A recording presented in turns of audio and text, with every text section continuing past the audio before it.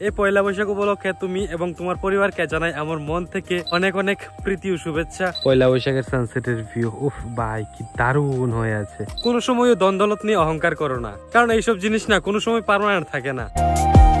Hello friends, good morning, welcome to my new blog. আজকে হলো পয়লা বৈশাখ, তো আজকের দিনটা আমি শুরু করছি আমার ব্লগের মাধ্যমে আমাদের কালী মন্দির থেকে। আর পয়লা বৈশাখের অনেক অনেক অনেক প্রীতি ও শুভেচ্ছা তোমাদের সবাইকে। তো সবাই হাসি খুশি ভাবে এই নতুন বছরটা কাটাও। আর আজকে এখান থেকে সকাল সকাল সানরাইজের ভিউটা দেখতে পারো, কি দারুণ হয়ে আছে না?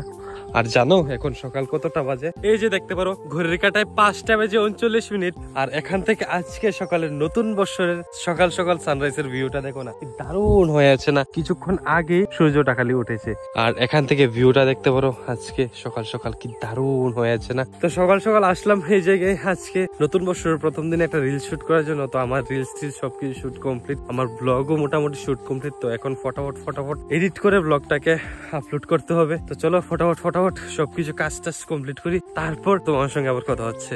এখন তো বিকাল ঘড়ির কাঁটায় 5টা বেজে 26 মিনিট, এই যে দেখতে পারো। আর আজকে বিকালের এই জায়গা থেকে সানসেটের ভিউটা দেখতে পারো, কি দারুণ হয়ে আছে না? এই যে দেখো পয়লা বৈশাখের সানসেটের ভিউ উফ ভাই কি দারুণ হয়ে আছে। তো এই জায়গায় আসলাম আজকে পয়লা বৈশাখ উপলক্ষে কিছু রিলস শুট করার জন্য। তো চলো ফটাফট রিলস গুলো আগে শুট করি, তারপর তোমার সঙ্গে হচ্ছে কথা। তো এই জায়গায় আজকে আমার যা যা রিলস শুট করা ছিল সবকিছু রিলস আমি শুট করে নিয়েছি। তো আবারও জানাই তোমাদেরকে আমার মন থেকে শুভ নববর্ষ।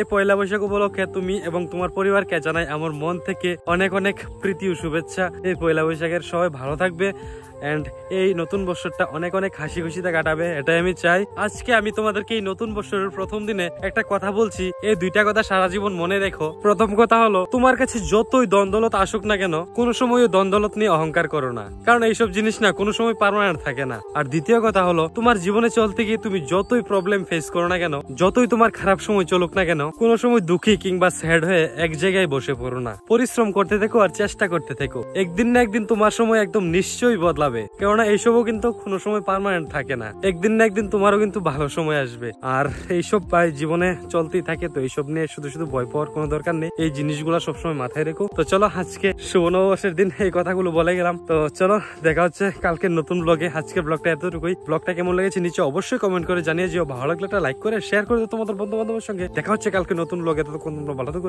নিজের খেয়াল রাখো, মা বাবার খেয়াল রাখো। বাই।